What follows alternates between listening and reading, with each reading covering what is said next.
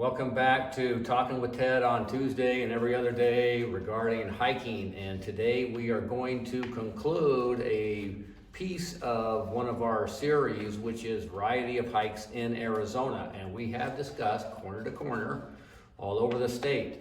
We've talked about high elevation, the Sky Islands, middle elevation, and today we are going to be at the bottom. It is going to be the desert. Arizona is blessed with 4 different desert influences. The ones we will focus on today will be a little bit of the Mojave on the western edge of the state, west of Kingman essentially, and most of it will be the Sonoran Desert. Now the Sonoran Desert is not just one homogeneous thing. It's heterogeneous. There are 7 different phases recognized for the Sonoran Desert, 2 of them in Arizona. So we're going to include places that represent this slice of the pie, the crust, as we illustrated with our lemon pie. All right, now since we are in a library making this video, thanks to Danielle, we are going to mention books. And the 2 books that I want to mention are Trees and Shrubs of the Southwestern Deserts. Now, when you talk about plants, especially in Arizona, and there are 4,000, it's very difficult to know them because there are so many.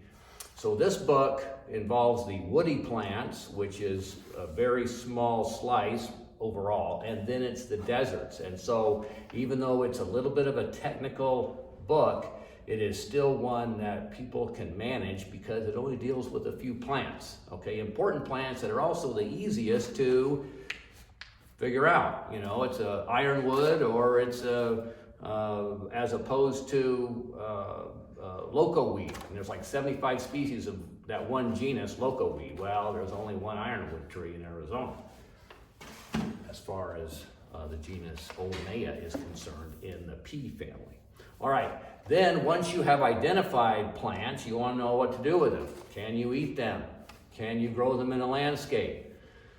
You have questions, but first you have to know what it is, all right, the plant. So Wendy Hodgson's book will talk to you about or inform you about the edibility, food sources for these plants.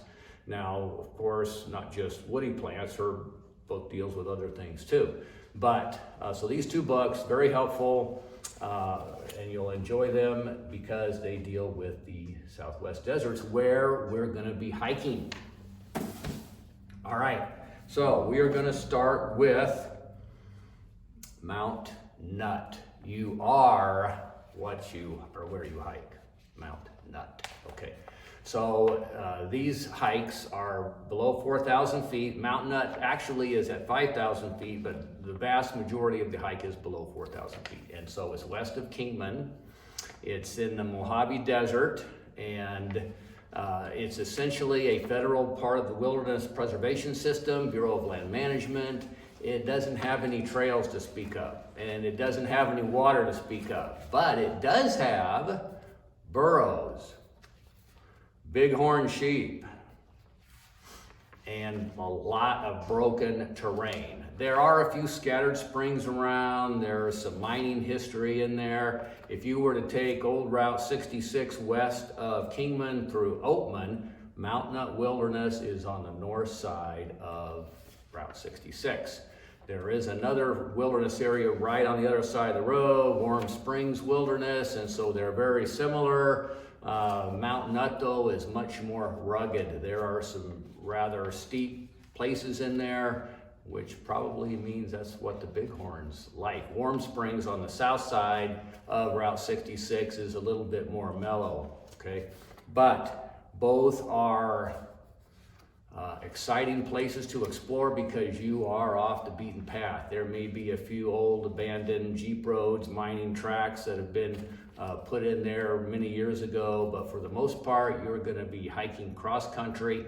Your route finding skills are going to be very important when you're hiking in the Mount Nut Wilderness west of Kingman, below 4,000 feet for the most part. Okay. The mountain range going through there are called the Black Mountains. And the geology is complex. That probably enhances the mining interest there. And it's a fairly decent sized area, 28,000 acres. All right, so it's not as big as like the Montezels and the Superstitions and so forth, but it's sizable enough. You can get in there and like be swallowed up. I did not see live bighorn like I saw live burros, but I did see some skeletons and a carcass. I will only give you a picture of the skeleton. Okay. All right, Mount Nut. Now we're gonna drop down towards Yuma. Okay, we're still on the west side of Arizona. We are essentially now in the Colorado phase of the Sonoran Desert. How do you know you're in the Sonoran Desert? Good question. If you have a saguaro cactus, you are in the Sonoran Desert. It's really the only desert in North America that has a single plant that is considered an indicator plant, indicative of the place, regardless of if you're way down in Mexico, if you're up here in Arizona. And Arizona is the only state with saguaro cacti, except for a few along the Colorado River on the west side of the river in California. If you see an old Western movie, stagecoach through Texas with saguaros, it's never happened, okay? They don't grow in Texas. It only grows in Arizona, essentially. All right, Palm Canyon, Kofa National Wildlife Refuge, all right? So we talked about the Kofas when we did our corner to corner, and we mentioned Castle Dome, which is a rather challenging ascent. Palm Canyon is not like that. It's a sissy baby la-la hike. The trail is essentially probably less than a mile to the very robust, cool stand of native palms in Arizona. There aren't too many places where native palms are established, but this in Arizona, but this is one of them, okay? So if you're gonna take US 95 south between I-10 and I-8, probably about 5-10 miles south of Quartzsite, you will come to the turnoff to Palm Canyon. It's a pretty good dirt road, and it's a pretty big parking lot. There's no facilities or resources. And while the Kofas are rugged, as you may remember from our previous discussion, this trail is just a rocky little path, and the views are great out to the west and to the south. You can see Castle Dome from here, but it's pretty level. There's not much elevation gain, so this is a very nice introduction to this part of the desert. Now, if you want to get more challenging, you could drive way around to the other side and climb to the top of the peaks that are right there, you know, just east of Palm Canyon. But from Palm Canyon to Box Canyon, you're not gonna get very far in there. It's just cliffs from there on, okay? So Palm Canyon, a great little hike. If you're on your way to somewhere else, California, Yuma, wherever, Quartzsite, you know, doing the rock hounding thing and so forth there, or some of the other snowbirdie things in the winter. These are winter hikes, by the way. You probably knew that already. It's a great place just to stop, stroll, see something unique in Arizona, okay? Arizona's got a lot of unique things. Our final hike on the west side, lower Sonoran Desert, Colorado phase, is the Gibraltar Mountain Wilderness area. This is east of 95, east of Parker, Arizona. Okay, it is off the beaten path. However, our friends with their all-terrain vehicles have made a lot of paths around this wilderness area, and you'll see the sign there that says stop wilderness, and it's just a little sign, and there are people that have driven right past that. So the terrain gets pretty rugged where you're not going to drive too far into it, but there have been incursions in some of the washes into the area, so it may not be as isolated as you would like. But once you get in there, you are in there, and you're going to be like swallowed up by this really cool desert. The thing that distinguishes this phase of the Sonoran Desert versus the upland phase, which we'll talk about here in a minute, is it's very sparse vegetation. It's almost like you are on the moon.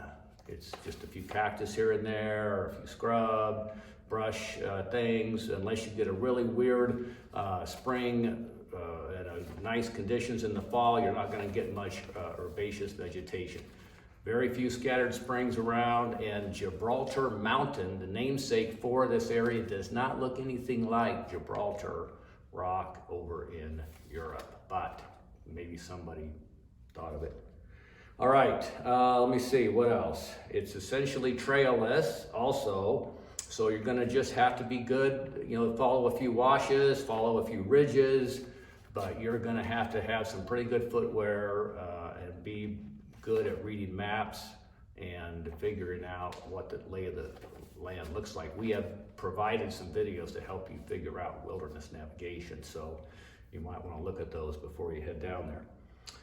There are some other things I want to mention to do around there, okay? So Lake Havasu and all the boating, the state parks along the river, Buckskin Mountain State Park offers a similar hiking, actually kind of butts up against the Gibraltar Wilderness, but there's a more established trail system in Buckskin State Park. So they're right next door to each other. You have a lot of other sites to explore while you're in this part of the state, which is it's not as isolated off the beaten path like the Arizona Strip, but a lot of people recreating out of Phoenix, Tucson, etc. go to the cooler mountains and don't get over there too often. Some of the snowbirds coming in the winter, but you don't want to neglect it. All right.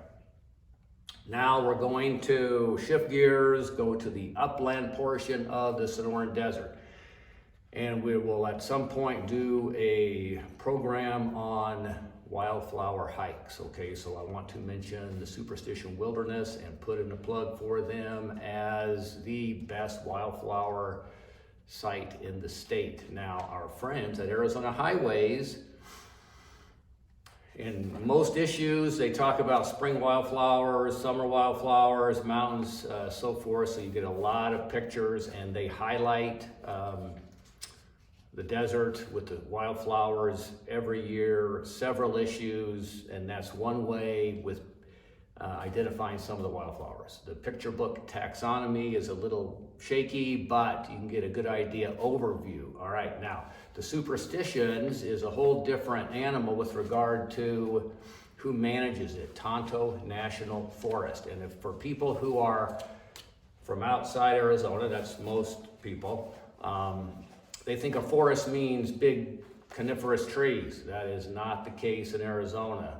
One of my friends in high school called this the rock forest, all right? So it's more about the multi-use, grazing, recreation, watershed management, wildlife management. There are other aspects to a forest than just a bunch of trees with shade, okay? So there's a bunch of cactus and wildflowers in the Superstition Wilderness, Tonto National Forest. This has a very extensive trail system and some prominent features like Weaver's Needle, Miner's Needle, rock climbing, backpacking. There are scattered springs throughout the area, so just when you think you're about to die of thirst, you can turn a corner. In fact, I hiked through there once from First Water to Roosevelt Lake. It was about a 4-day backpack trip in November, and I was getting a little thirsty, and a javelina darted off through the brush, and I kind of looked that way, and there was a pool of water in the canyon right where I needed it. So it's out there.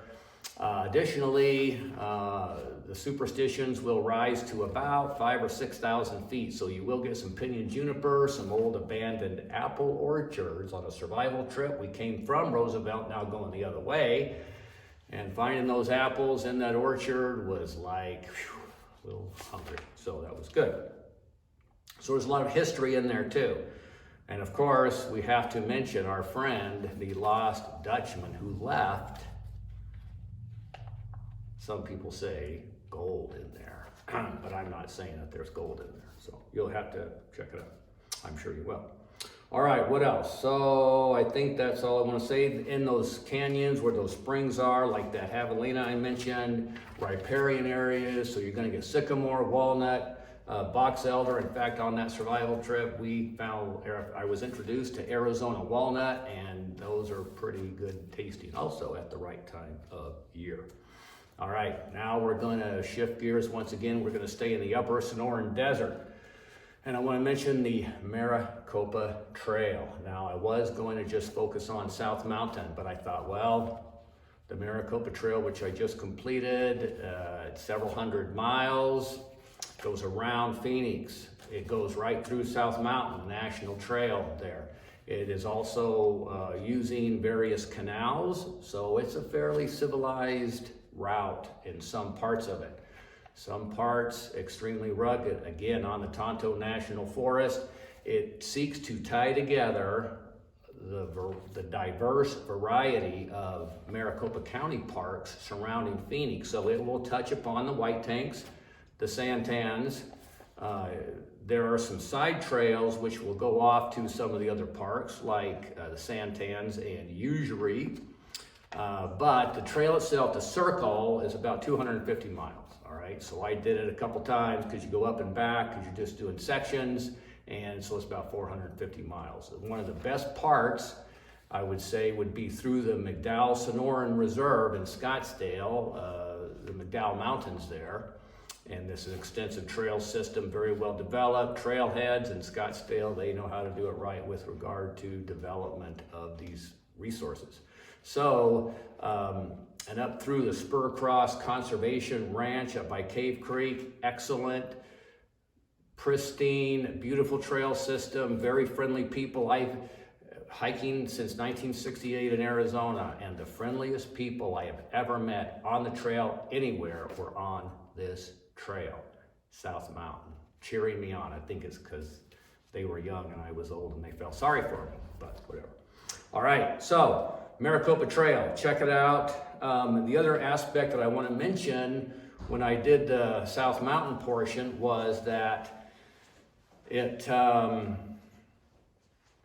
included a little portion of the Highline Canal. So the previous inhabitants, Hohokam primarily, in the Salt River Valley, utilized some of these canals that we will bicycle along, and they use them to stay alive. And these canals are still delivering water to users. So the historical aspect is an important element of this particular trail. You could have fun. The last section I did with my son in Gilbert, we parked at I think it's Lakeview Park. We hiked down the canal to downtown Gilbert, had lunch at the nice restaurant there, and then hiked back. So it was not very rugged, but you know, that's this kind of trail.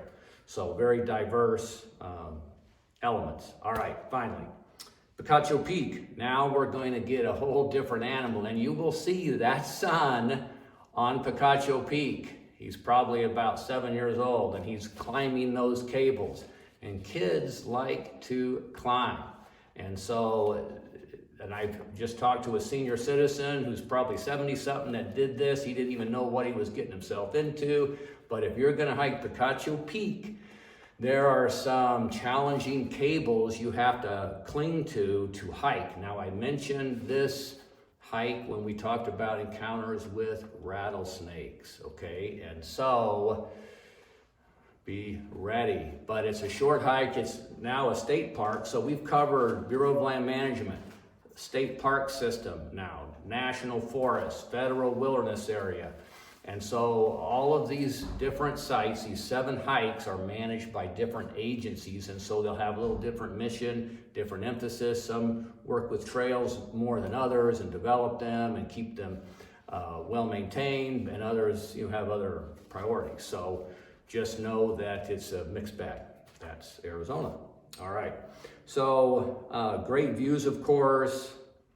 You're going to have limited access per hours, though, and so at night it would be considered closed. Superstitions, these other remote areas, you get in there night, day, whatever, doesn't matter, but not Picacho State Park. All right, one last hike. There's no water at Picacho State Park on the trail. Of course, you have the campground and the facility there when you enter, but don't expect surface water on the trail. And it's halfway between Phoenix and Tucson, right off Interstate 10, so it's very convenient. All right, finally, Oregon Pipe Cactus National Monument. This is a border area, and we just have to mention that border areas are security challenges these days, and they are a little bit more dangerous. So you just need to be aware and alert, and don't put headphones on and tune out anything. I would never do that in the wilderness. From snakes to bears to people being in the area illegally. So you want to pay attention, okay? Situational awareness. National Monument, there's a limited trail system there, limited surface water. There are some springs. Quito Piquito is a famous one. The Camino del Diablo, Devil's Highway, goes through here, starts here and goes to Yuma, that the 49ers took back in 100 and so years ago, and they saw them didn't make it. So winter again, beautiful, unique vegetation, national monument. So again, a different mission, and it preserves these unique cacti, best stand in the United States, Oregon pipe cacti, okay, which have been very important as a food source, like saguaro cacti. Wendy's book will explain all of that kind of thing. So if I was going to hike much in the Oregon Pipe, I would stick with the trails. To get off trail could land you in a place you don't want to be. So unless you are really confident, experienced, I would say stay on the trails. And Mount Ajo gives you it's a rugged trail, primitive trail, but it is a trail. Top of Mount Ajo, you can look east, towards Tucson. And when you hike some of these areas, like mention Tabletop Wilderness, and you get up there and over the reservation system, which is what Mount Ajo looks east into, and at night, from Tabletop, for example, looking into the same reservation, but from a different angle, no lights, very dark. You'll see I-10 and Tucson and Phoenix, the glow. There's no glow here. So very primitive, isolated, which is what is the attraction of some of these places. So explore them, enjoy them in the winter, I would suspect. All right, so 7 hikes, lower elevations in Arizona. We're done with our elevational gradient. What's next? Canyons, wildflowers, time will tell. See you next time.